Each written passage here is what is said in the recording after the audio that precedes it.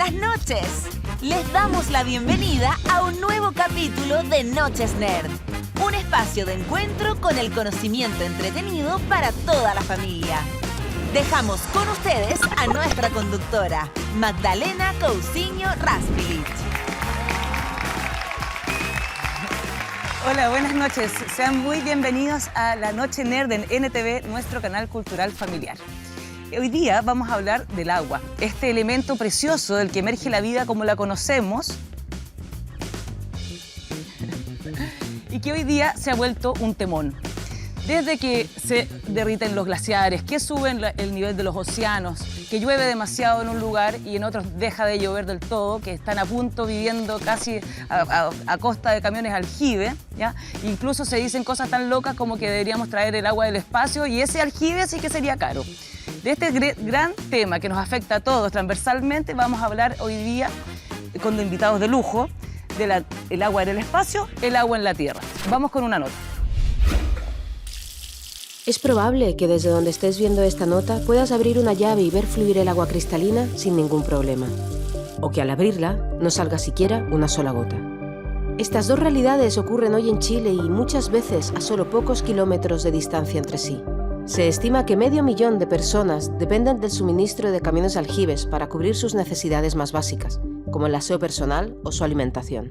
Otros varios miles incluso han preferido migrar debido a la falta de agua, como en Montepatria, en la región de Coquimbo. Ahí, el 15% de los habitantes dejó sus casas por culpa de la escasez.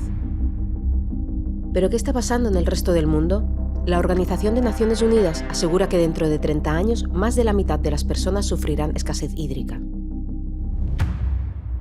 Ante este escenario, ya hay quienes miran a nuestro sistema solar como una opción para paliar la crisis hídrica en el futuro. Hasta ahora sabemos que hay agua en planetas, lunas y asteroides, pero no tenemos idea si pudiera servir para suplir nuestras necesidades. ¿Cuáles son los caminos para evitar secarnos? ¿Cómo podemos administrar de mejor manera este recurso? ¿Qué tan alcanzable es el agua que existe en la galaxia? ¿Es esta una solución para garantizar nuestra vida en el futuro? Las respuestas en la siguiente Noche Nerd. Ahora les vamos a presentar a nuestros invitados de lujo de esta noche. Dariana Duarte, por favor, bienvenida. Abogada especialista en aguas. Por favor, toma asiento. Y Luis Chavarría, astrónomo. Hola, María, ¿cómo estás? Muy bien. Vamos a partir. Luis es doctor en astronomía de la Universidad de Chile y representante del Observatorio Europeo Austral, la ESO. Él se ha dedicado a la investigación de estrellas masivas. Además, es el papá adoptivo de una perrita rescatada que se llama Elizabeth Taylor. Y ha participado en programas de televisión que motivan a la curiosidad de las niñas y los niños. Y además, es integrante del grupo musical Ajiaco, donde toca el bajo. ¿Ajiaco se llama la banda? Ajiaco se llama la banda. El sabroso ritmo latino mezclados todos juntos. ¿Y tocan en vivo o tocan en hobby, en los observatorios, ahí en las oficinas? No, todavía no, pero tocamos en vivo. Estamos preparando, de hecho estamos grabando un segundo álbum. ¿Ah, sí? Sí. Oh, entonces la próxima vez venimos con instrumentos. Sí, vamos a venir así con todo el sabor. Y tenemos la cortina Ajiaco. Maravilloso. Bueno, por ahora, por favor, ilústranos con tu conocimiento que nos es tan necesario y urgente. Muchas gracias. Muchas gracias. Por favor, adelante. Bueno, muy bien.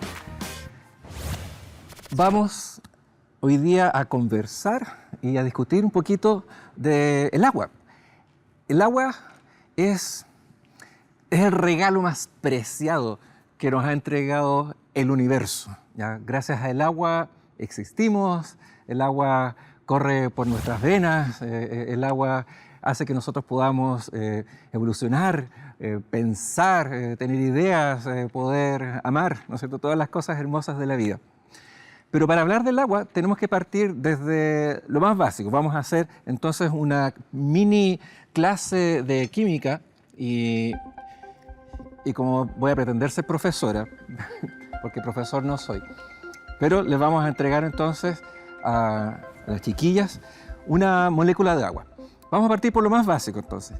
Les presento a el agua. Esta es nuestra molécula de agua que está formada por 2 átomos de hidrógeno, acá en blanquito, y también un átomo de oxígeno. Están los 3 unidos en esta especie de triángulo. Y esta molécula tiene distintas características. Una de ellas, que la vamos a utilizar más adelante, que es muy importante, es que puede vibrar. ¿Ya? Tal como yo estoy moviendo aquí esta molécula de agua, la molécula de agua tiene distintas formas de vibrar. ¿Y cuándo vibra la molécula de agua? Bueno, esta vibra cuando interactúa con otras cosas. Otras cosas, llamémosle fotones. Los fotones, que son partículas que llevan la luz, interactúan con nuestra molécula de agua. Y vamos a hacer un ejemplo de cómo esto ocurre. Magdalena, te voy a pedir que me tires un fotón azul. ¿Lo tengo que agarrar del aire? Sí. Ahí llegó el fotón azul. Ahora tírame un fotón rojo. ¿Puede ser este? Sí. ¿Te lo tiro? ¿Quieres que te tire esto? No, hace como que me lo tiras. No pasa nada. Oh. ¿Qué es lo que ocurre? Lo que ocurre es que la molécula de agua interactúa con algunos tipos de fotones, no con todos. Pero vamos a volver a este tema un poquito más adelante, que es bien importante. Entonces, si uno tiene esta molécula de agua, que es bastante común, uno podría decir, de acuerdo a sus elementos, uno la podría encontrar en todas partes en el universo. Sin embargo, no es tan fácil encontrarla. Y eso, para poder explicar por qué ocurre, vamos a irnos primero a la cocina universal. Vamos a dejar nuestra molécula de agua acá por un ratito y vamos a tomar el elemento principal de la cocina chilena, pero también de la cocina universal, que es la cebolla. Nosotros tomamos esta cebolla, la partimos por la mitad. Está algo fuerte la cebolla. Quizás termine llorando después de esta explicación. Si ustedes pueden apreciar, supongamos nosotros que esta cebolla es una estrella y la hemos partido por la mitad. Lo que pueden ver dentro de nuestra cebolla estrella o estrella cebolla, que la podríamos usar para hacer un ajiaco más rato, es que hay distintas capas que componen esta cebolla. De la misma manera, las estrellas en su interior tienen también distintas capas. ¿Y qué es lo que está ocurriendo en cada una de estas capas? Bueno, al centro de nuestra estrella lo que está ocurriendo son explosiones nucleares. Estas explosiones nucleares son las que generan la energía que hay dentro de nuestra estrella. Son las que hacen que las estrellas iluminen, ¿ya? Tal como el Sol. El Sol está compuesto mayoritariamente de hidrógeno. Y estas reacciones nucleares transforman este hidrógeno en otro elemento que se llama helio. En algún momento al Sol se le va a acabar el combustible, el hidrógeno en su centro. Y lo que va a ocurrir es que el Sol va a tomar el helio y lo va a empezar a quemar nuevamente, en una especie de ciclo.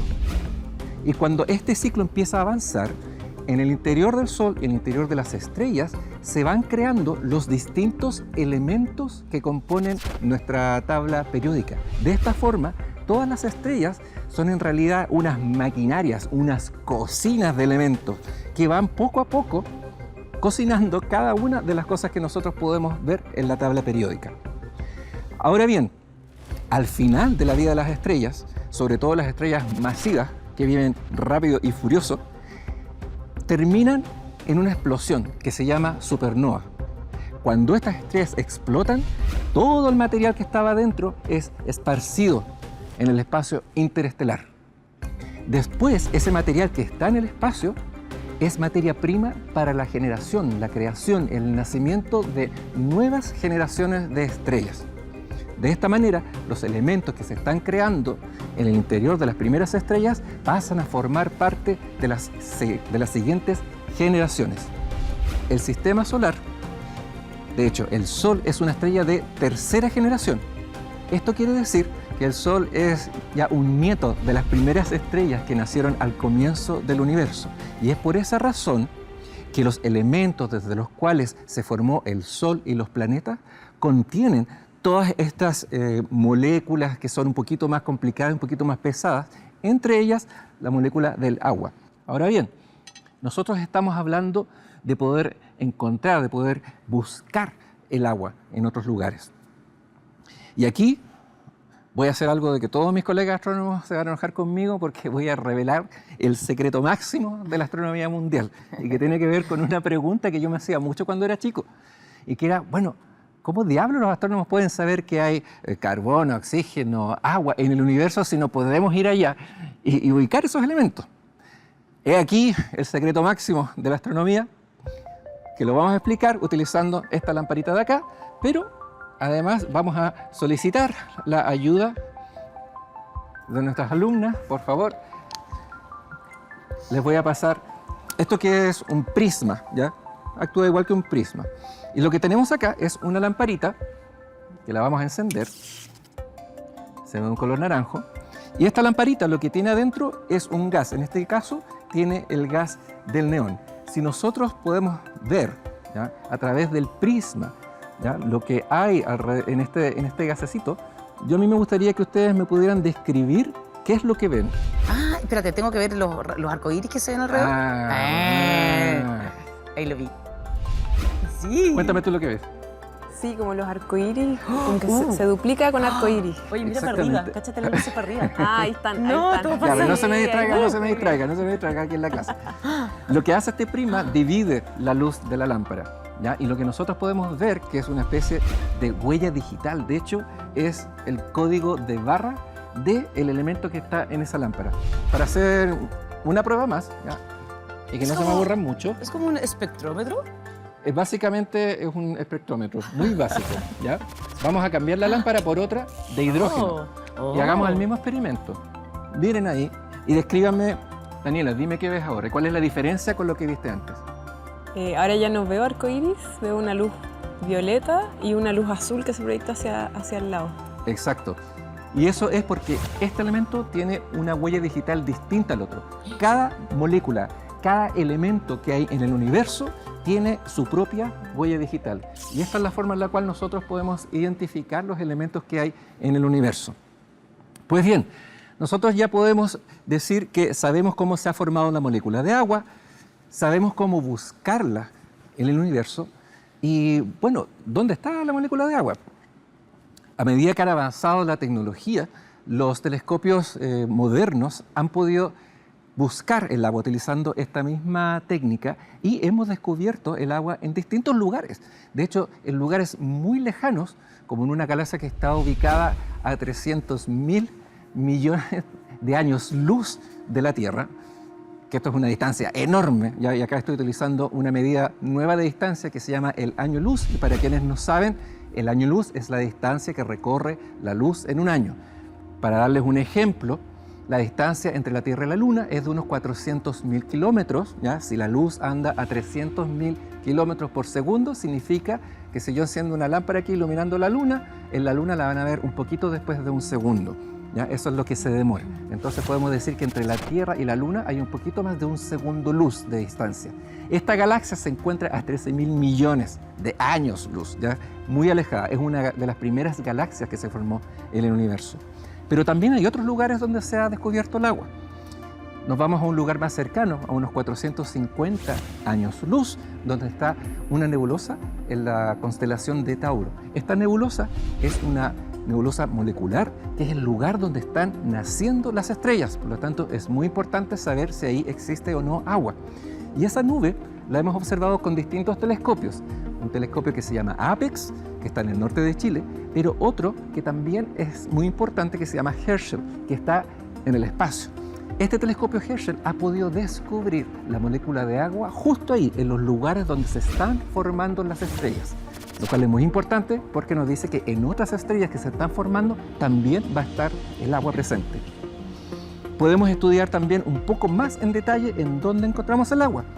Y para eso, con el telescopio ALMA, que también está ubicado en el norte de Chile, hemos podido observar un disco protoplanetario. Un disco protoplanetario es un disco que está alrededor de una estrella muy joven, en sus primeras etapas de formación. Y en este disco, de una estrella que se llama B883, hemos descubierto que existe el agua en el disco en estado de hielo. Más encima, nosotros hemos podido descubrir que muy cerquita de la estrella no hay agua, porque muy cerca de la estrella la temperatura es lo suficientemente alta como para poder evaporar esa agua. Y el agua la encontramos en las partes de afuera de este disco, desde el cual se van a formar o ya se están formando distintos tipos de planetas. Pues bien, hemos visto cómo está el agua distribuida en algunos lugares en el universo, pero muy importante, veamos qué es lo que ha pasado con el sistema solar. En estos momentos, el agua en el sistema solar está ubicada mayoritariamente en las afueras, ¿ya? En los planetas gaseosos gigantes, Sin embargo, nosotros sabemos que en algún momento existió el agua un poquito más cerca del Sol. De hecho, el agua es un elemento muy importante en la formación de los planetas. No sé si se acuerdan ustedes cuando eran chicas y se comían un helado y le ponían la lengua del helado. No sé si me entendieron, pero dije, y se les quedaba pegada la lengua del helado. Lo que ocurría ahí es que el hielo funciona como una especie de pegamento. Y cuando tenemos hielo de agua y de otros elementos que se combina con motitas de polvo que hay en estos discos protoplanetarios, al final lo que ocurre es que estos hielos empiezan a funcionar como pegamento y se empiezan a armar pelotitas como bolitas de nieve cada vez más grandes, y desde ahí es donde se van a formar los planetas en el futuro. Por lo tanto, tiene una importancia clave en la formación estelar. Volviendo entonces a nuestro sistema solar, el agua que está en las afueras del sistema solar, también en la parte interna, sobre todo en el pasado, está presente en la Tierra, y uno podría decir, bueno, en las afueras del sistema solar hay dos lugares, de hecho, muy importantes en los cuales nosotros hemos descubierto agua. Son dos lunas, una en Célados, que es una luna de Saturno, y otra luna que se llama Europa, que es una luna de Júpiter. Ambas lunas han sido investigadas por distintos tipos de satélites que han estado dando vueltas ahí por muchos años y han encontrado que debajo de su superficie, que es un manto duro de hielo, podría haber un océano de agua líquida. Esto es extremadamente importante porque si ese océano de agua líquida contiene algunas sales, minerales y otros elementos, podría transformarse en una especie de océano que es la sopa primordial de los componentes para que pueda existir vida. En el año 2024 la NASA va a enviar, de hecho, un satélite a una de estas lunas para poder saber un poquito más a ciencia cierta si es que hay o no un océano de agua líquida debajo de su superficie. Si nos acercamos un poquito más a la Tierra, podríamos pensar en el planeta rojo, ¿no es cierto?, Marte. Sabemos que en estos momentos hay muy poca o casi nada de agua en Marte, está concentrada principalmente en sus polos. Pero en el pasado existió agua en Marte, hay evidencia geológica de que habían ríos y lagos en Marte. Sin embargo, esa agua no está ahí, por distintos factores. Uno tiene que ver porque Marte es un poquito más chico, otro es porque Marte no tiene un campo magnético como la Tierra. La verdad es que si quieren saber más sobre los detalles de por qué no hay agua en Marte, yo les recomiendo que vean el capítulo número 1 de temporada anterior de Noches Nerd, donde mi colega Bernadita Rep habla en mucho detalle sobre el agua en Marte. También podemos hablar de la Luna, que es nuestro satélite, el lugar más cercano, el único lugar donde la humanidad ha pisado o ha puesto sus pies, aparte de la Tierra. Sabemos que en la Luna puede haber agua. La hemos estudiado con satélites hace muchos años y hay evidencia de que bajo su superficie podría existir algo de agua, pero no en la forma de lagos o ríos subterráneos, sino que más bien como una especie de lodo mezclada con la tierra y rocas que hay debajo de la superficie lunar. Esto es muy importante y de hecho si nosotros ya nos trasladamos en este viaje universal, que incluye la cocina universal, a nuestro país, podemos pensar que por una parte en el norte de Chile hay un laboratorio natural que nos entrega cielos claros y limpios, razón por la cual los observatorios más grandes del mundo están instalados en el norte del país desde hace 60 años. Y los telescopios cada vez más grandes se siguen construyendo en Chile. Pero por otra parte, hay otro mundo, que es el de la minería, que es extremadamente importante para la economía de Chile. Y a pesar de que estos mundos podrían verse muy distintos uno del otro, si uno piensa en que en el futuro colonias humanas van a tener que extraer el agua, por ejemplo, de la roca lunar, estaríamos conversando de cosas que podrían ser algo que llamaríamos la minería seca. Esa sería la única manera de poder extraer, ¿no es cierto?, el agua del lodo. Tendríamos que inventar la minería seca.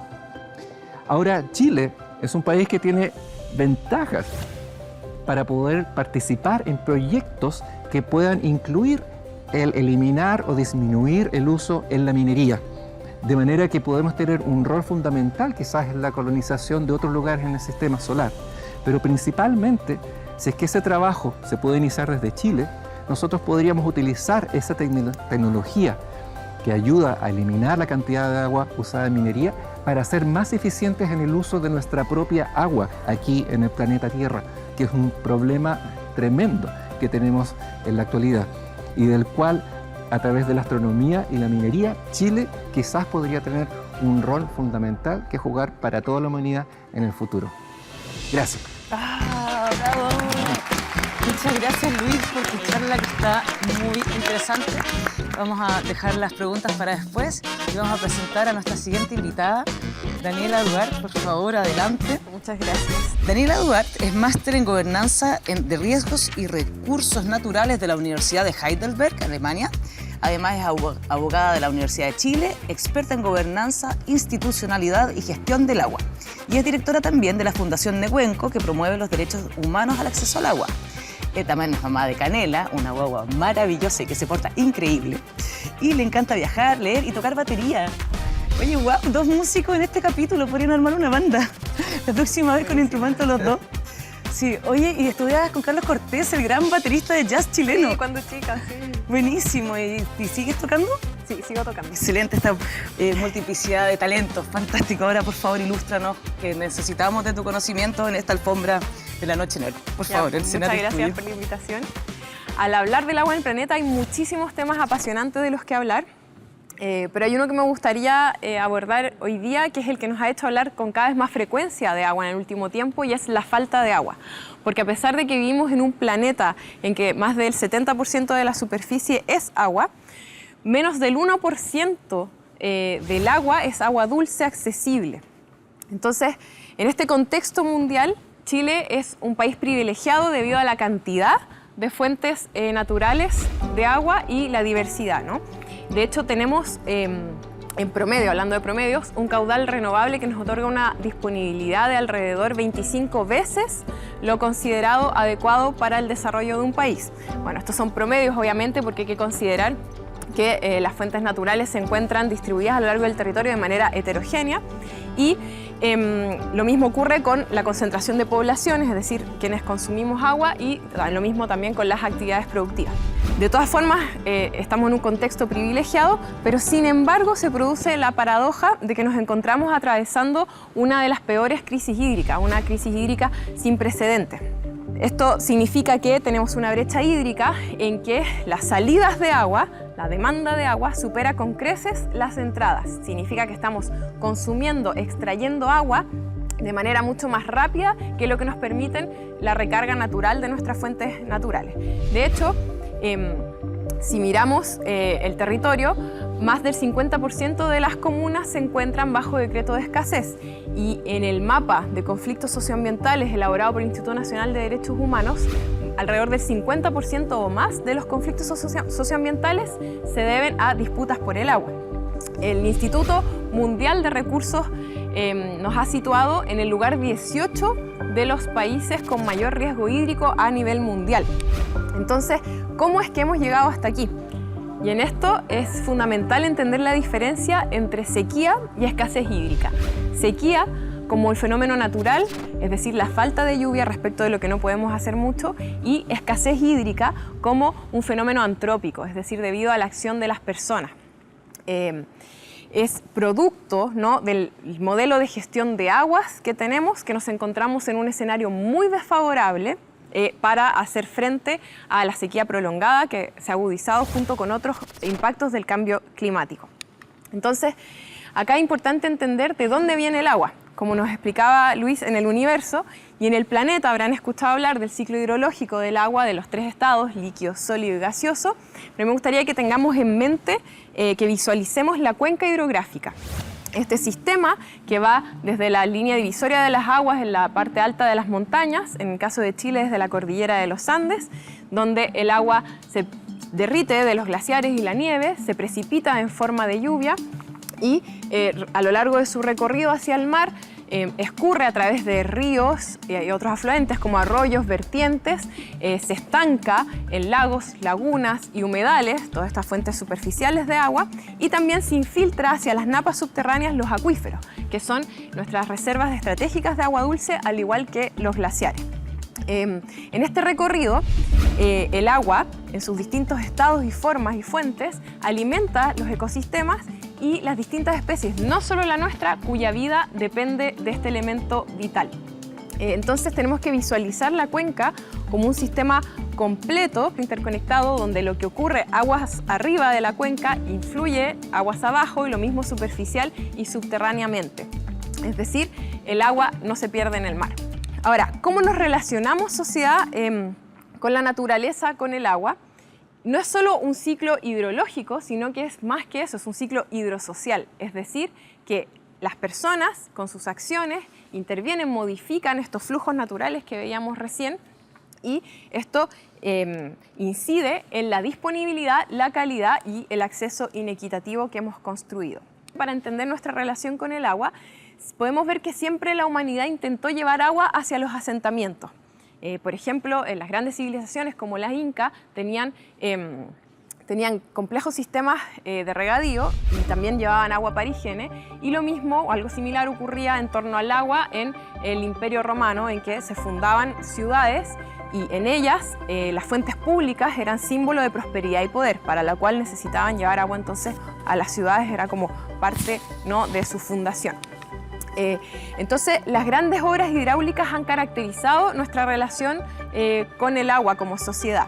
En esta búsqueda incansable por acceder y trasladar agua hacia las ciudades para su expansión, a fines del siglo XIX se construyen acueductos y grandes represas con el fin justamente de dominar el agua, ¿no?, de extraerla, desviarla, almacenarla y transportarla hacia las grandes ciudades para su expansión y para la expansión de las actividades productivas.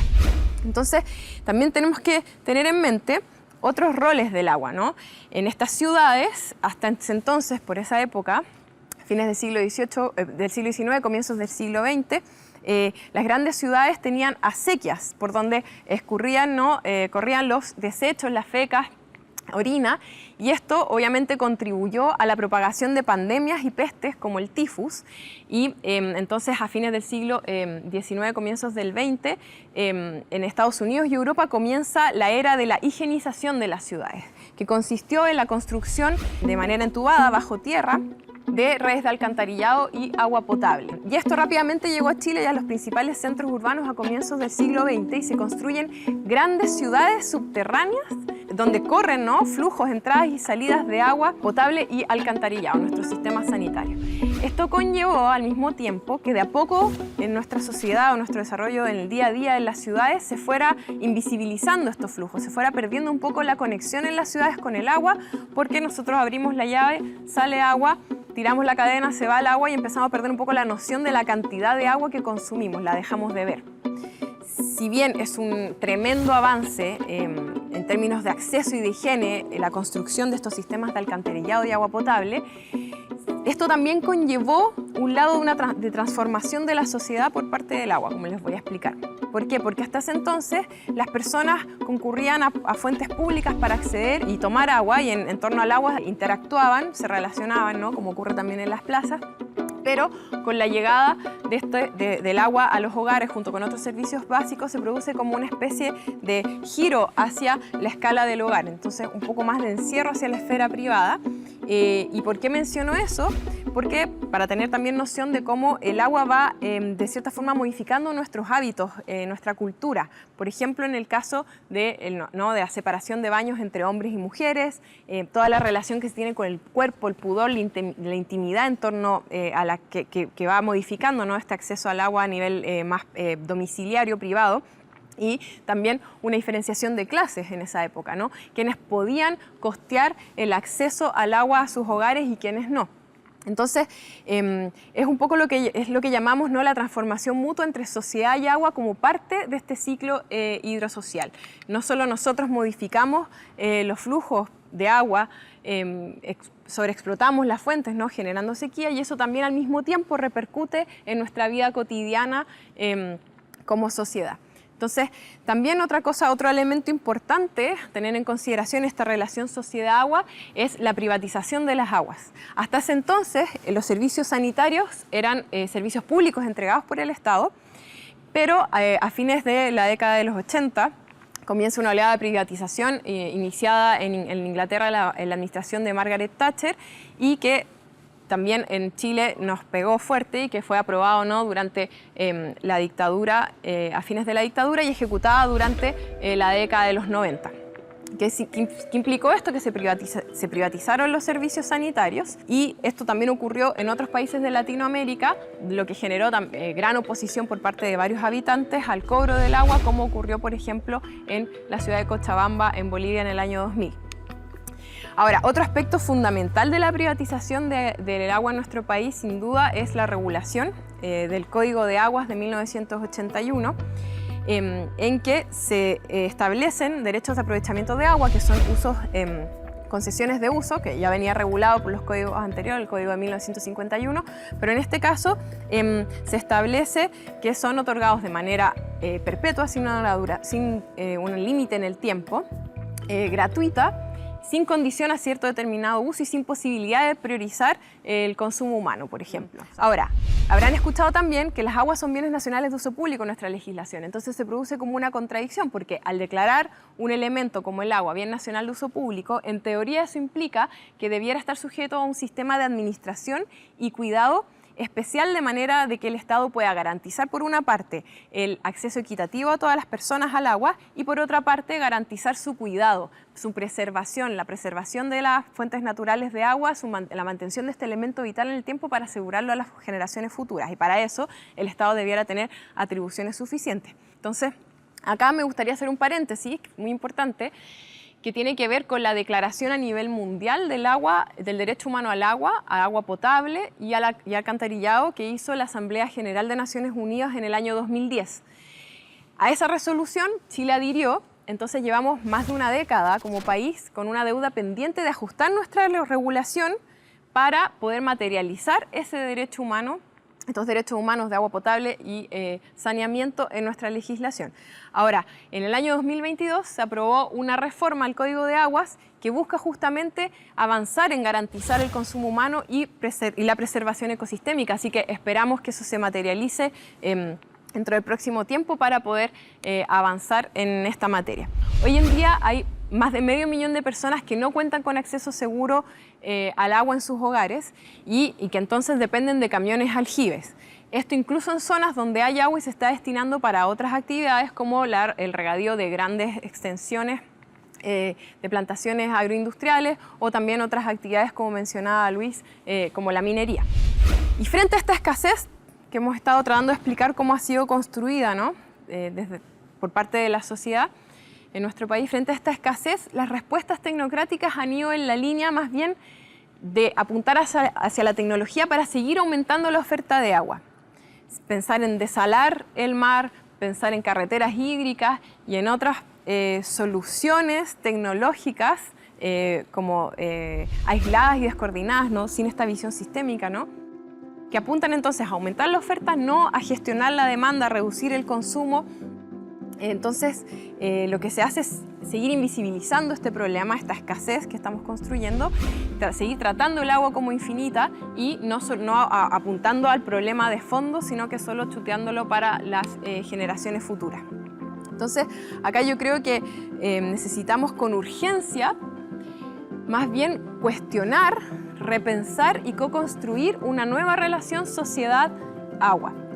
En el sentido de dimensionar nuestras acciones, redefinir nuestras prioridades como sociedad, tanto de consumo de agua como el consumo de productos, que también implica en su elaboración una enorme cantidad de agua, aprender cómo hemos llegado aquí, justamente recordando, aprendiendo de las lecciones del pasado para evitar seguir profundizando esta crisis y entonces buscar este cambio cultural que requiere soluciones sistémicas, no soluciones separadas o soluciones parche, ¿no?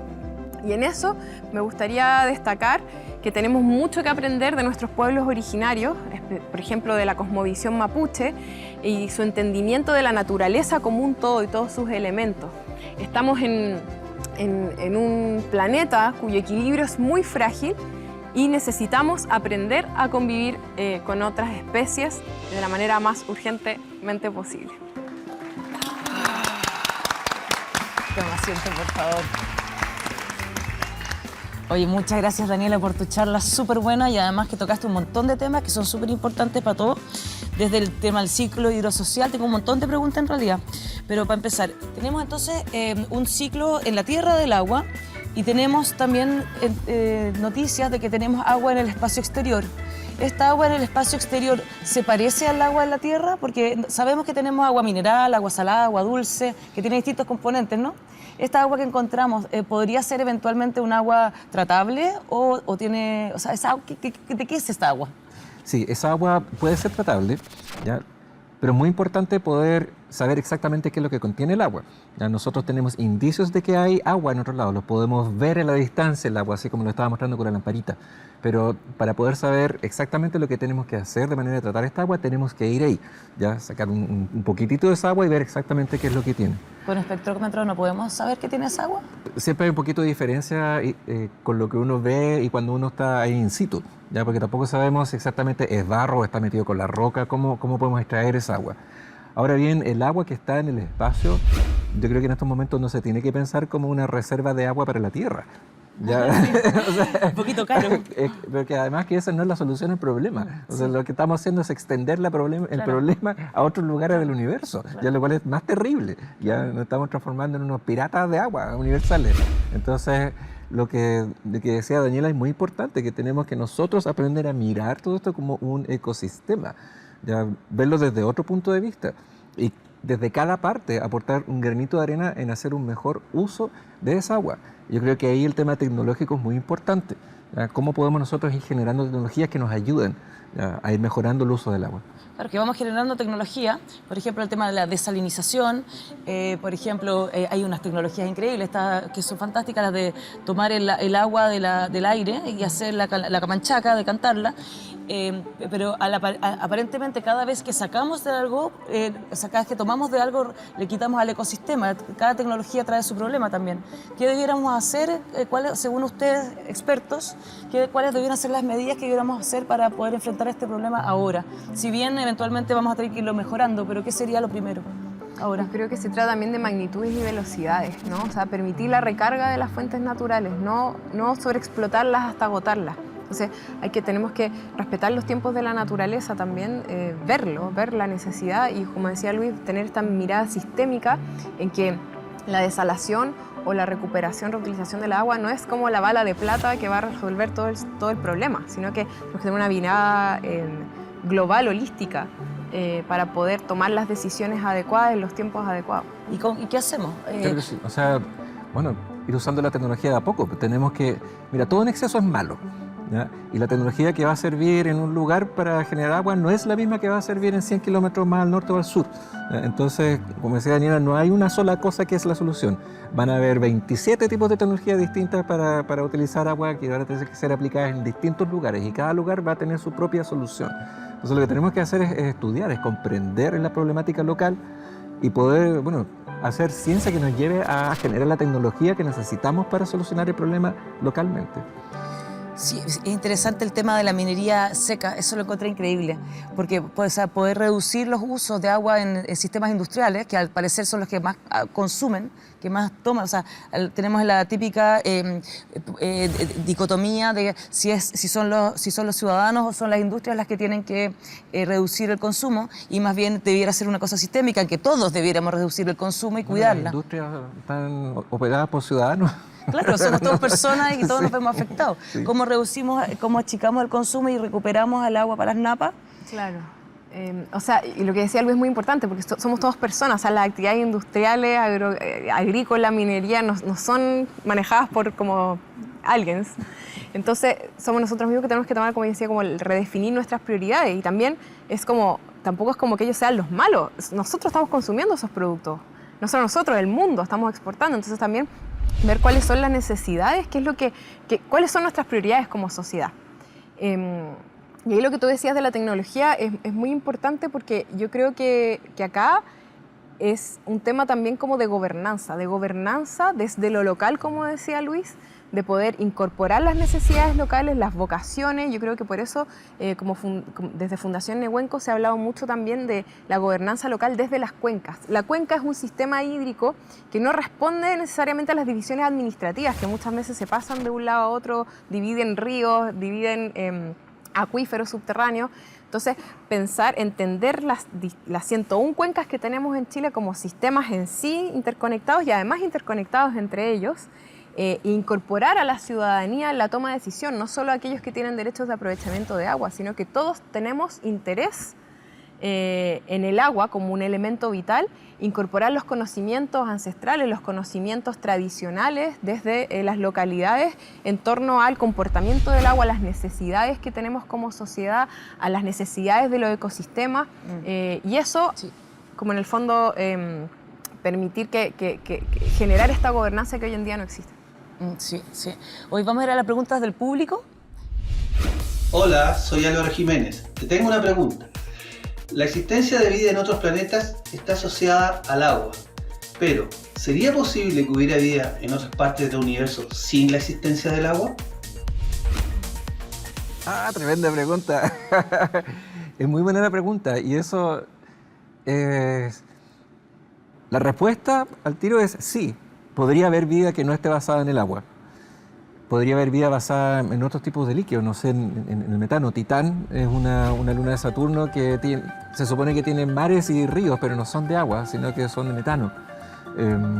Yo me voy aquí un poco a la volada metafísica del tema porque uno podría decir, pero si hay vida, otro tipo de vida que se basa en otro tipo quizás de comunicación, va a ser también difícil encontrarla. No sé, si existiera otro tipo de vida que todo su sistema de comunicación a través de la telepatía, llegarían a hacer que mandarían mensajes telepáticos y no los descubrirían. Claro, son invisibles, son así como espirituales, los vemos el día al web. Sí. Bueno, hay gente que cree que están por ahí dando vueltas. Lo asegura, ciertamente. Vamos con la segunda pregunta. Hola, soy Samantha y tengo la siguiente pregunta.